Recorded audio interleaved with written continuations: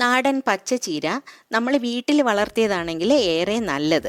ചീര തോരൻ ഉണ്ടാക്കാം. കാലറി കുറഞ്ഞ ചീര, വൈറ്റമിൻസ്, മിനറൽസ്, ആൻറ്റി ഓക്സിഡൻസ് കൊണ്ട് സമ്പുഷ്ടമായ ചീര ഇലക്കറികളിലെ സൂപ്പർ സ്റ്റാറാണ്.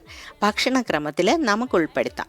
വെളിച്ചെണ്ണ ചൂടാക്കി കടുക് പൊട്ടിച്ച് ഉണക്കമുളകും ചേർത്ത ശേഷം ചെറിയ ഉള്ളി ചേർക്കുന്നതാണ് ഇതിന് രുചി. അങ്ങനെ ധാരാളം കൊച്ചുള്ളി മുറിച്ച് ചേർത്തിട്ട് ഉപ്പ് ചേർത്ത് വഴറ്റാം.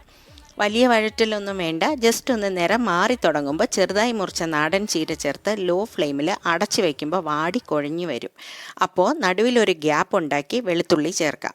ഇനി അരക്കപ്പ് തേങ്ങ, 1/4 സ്പൂൺ ജീരകം, 1/4 സ്പൂൺ മഞ്ഞൾപ്പൊടി, ഉണക്കമുളക് കൂടെ ചേർത്ത് തോരൻ പാകത്തിന് ചതച്ച് വാടിയ ചീരയിൽ ചേർത്ത് തട്ടിപ്പൊത്തി വീണ്ടും ലോ ഫ്ലെയിമിൽ അടച്ചു വയ്ക്കാം.